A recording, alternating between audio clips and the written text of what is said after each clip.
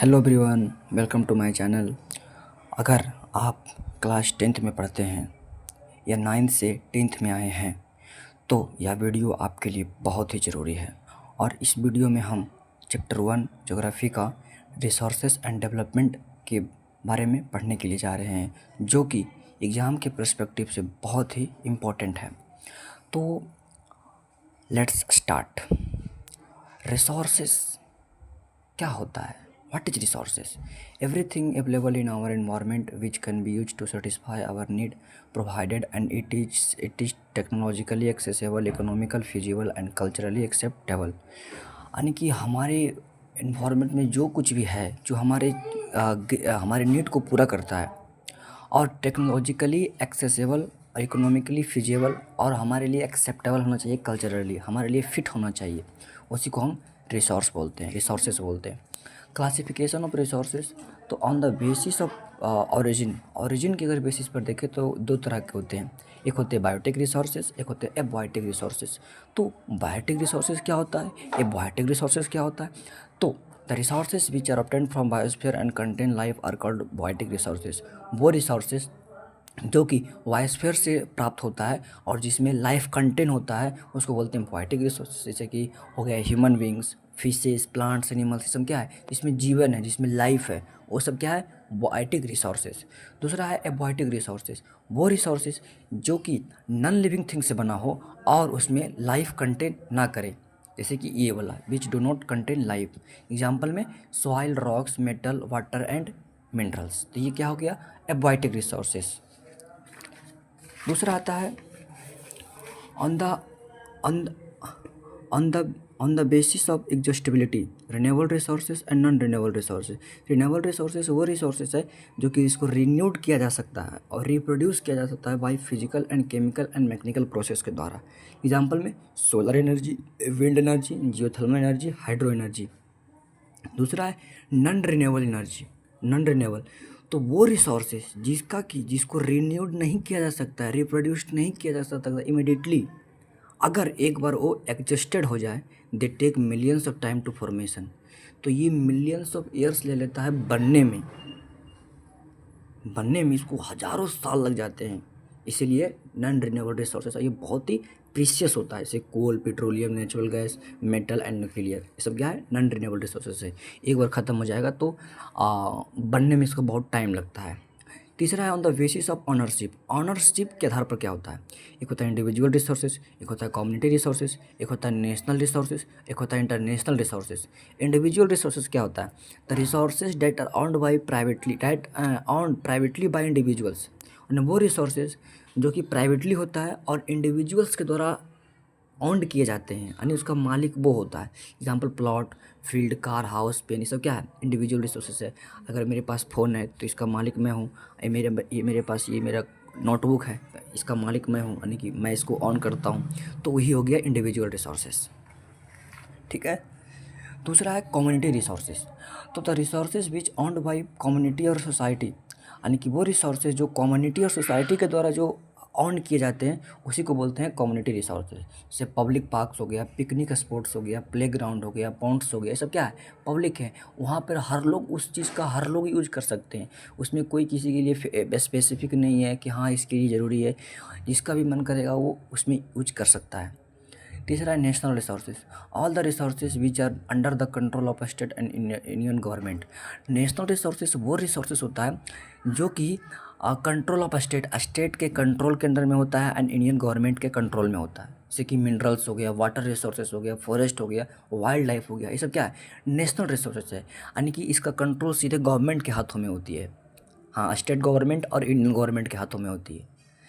फिर चौथा क्या है, इंटरनेशनल रिसोर्सेज। इंटरनेशनल रिसोर्सेज क्या है, तो वो resources which are not owned by specific country, यानी वो रिसोर्सेज जो किसी एक देश के द्वारा, किसी खास देश के द्वारा ऑन किए नहीं जाते हैं, बल्कि इंटरनेशनल इंस्टीट्यूशन के द्वारा ऑन रेगुलेट किए जाते हैं, उस तरह के रिसोर्सेज को बोलते हैं इंटरनेशनल रिसोर्सेज। जैसे कि ओपन सी, समुद्र हो गया, तो किसी एक देश का तो नहीं होगा ना, उस समुद्र का पानी का या किसी भी चीज़ का उपयोग करेगा तो वहाँ की जितने भी नेबरहुड कंट्री है वो सब लोग उसमें यूज करेंगे, उस चीज़ का यूज करेंगे, उसका डिस्ट्रीब्यूट करेंगे, तो क्या हो गया, वो इंटरनेशनल रिसोर्सेज हो गया।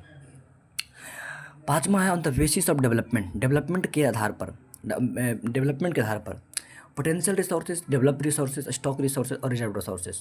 तो पोटेंशियल रिसोर्सेज क्या है? The resources which are found in region they can satisfy, यानी कि पोटेंशियल रिसोर्सेज वो रिसोर्सेज है जो किसी क्षेत्र में पाया जाता है और they can satisfy the needs of the people, यानी कि ह्यूमन नीड्स को सेटिस्फाई कर सकता है।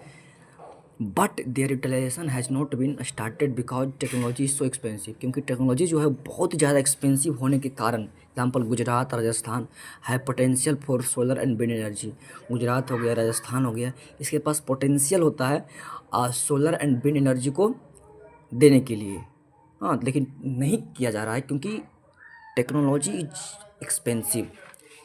दूसरा है stock, the resources which have potential to satisfy the human needs but there is no appropriate technology to access them. Stock क्या होता है? वो रिसोर्सेज जिसके पास पोटेंशियल है, potential to satisfy the human needs को सेटिस्फाई करने के लिए पोटेंशियल है, लेकिन कोई एप्रोप्रिएट टेक्नोलॉजी नहीं है उसको एक्सेस करने के लिए। जैसे एग्जांपल में क्या हो गया? Extraction of O2 and H2, O2 और H2 को निकालने के लिए H2O से निकाल सकते हैं, लेकिन कोई टेक्नोलॉजी नहीं है कि कैसे निकालेंगे। That's the problem. ठीक है, समझ में आ रहा है? अगर आ रहा है तो अगर आप मेरे चैनल पे नए आए हैं तो एक सब्सक्राइब, एक लाइक, एक कमेंट कर दीजिएगा। रिजर्व रिसोर्सेज क्या होता है? The resources which can be utilize with the help of existing technology but we do not use them because we kept them for future generation. वो रिसोर्सेज जिसका utilize हम किसी एग्जिस्टिंग टेक्नोलॉजी की मदद से कर सकते हैं, लेकिन हम नहीं करते हैं क्योंकि इसे हम फ्यूचर जनरेशन के लिए बचा के रखे हुए हैं। वो हुआ रिजर्व रिसोर्सेज। अब आता है कि अब पढ़ते हैं कि problems caused by indiscriminate use of resources. Problems हो जाते हैं अगर हम किसी चीज़ का ज़्यादा यानी कि इनडिस्क्रिमिनेट यूज करते हैं रिसोर्सेज का। तो कैसे होता है? Depletion of resources for satisfy the needs of few individuals. कुछ व्यक्ति के लालच को पूरा करने में क्या होता है? हमारा रिसोर्सेज का डिप्लीटेशन हो रहा है। कुछ ही व्यक्ति का लालच अपने लिए पूरा कर रहा है, अपने पूरा रिसोर्सेज को भर रहा है, तो उससे पहला डिप्लीटेशन है।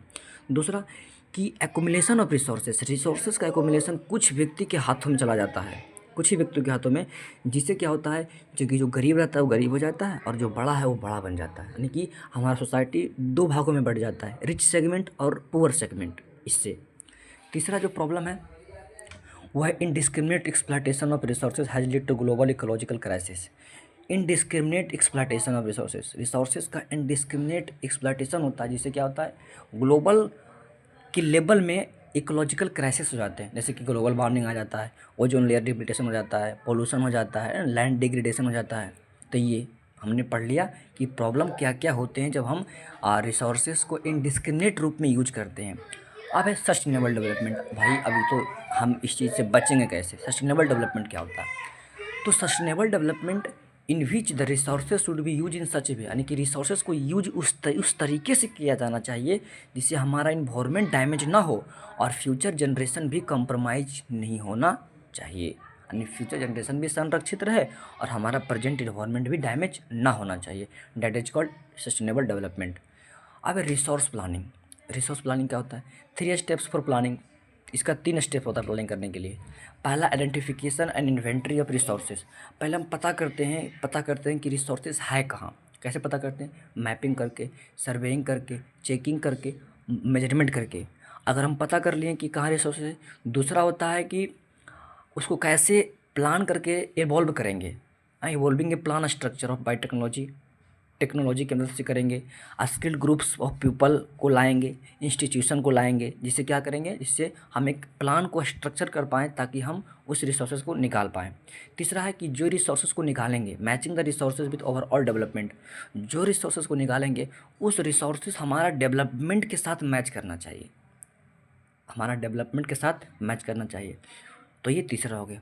आशा है कि आप लोग बहुत अच्छे से समझ गए होंगे, और अगर आपको ये वीडियो पसंद आया होगा तो एक लाइक, एक सब्सक्राइब, एक कमेंट ज़रूर कीजिएगा। अब अगले पार्ट हम अगले वीडियो में देंगे।